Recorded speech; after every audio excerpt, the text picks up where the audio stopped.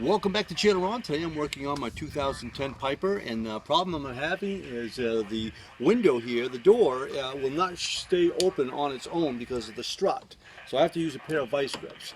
And I've got a shine run tonight, and I want to make sure that I don't run into any problems. I want to be able to get my product out quickly.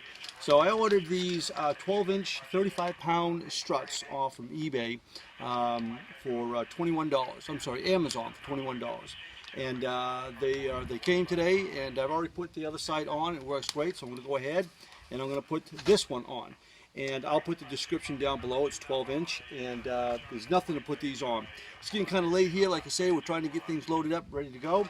So all you got to do is, if you're using vice grips, get rid of your vice grips. And if you take a screwdriver, you should be able to just kind of push in behind there, and it should pop right off. And the same thing with the one below. Make sure you hold your window while you do this, otherwise it's going to come down and hit you.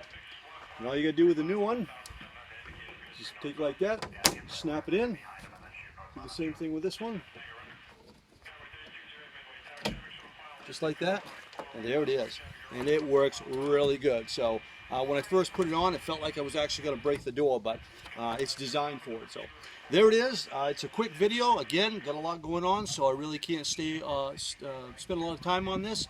But if you need to replace your strut for your small airplane, head right over to Amazon or eBay even, and see, and you should be all set. So thanks an awful lot for watching, and we'll see you on the next one. Oh yeah.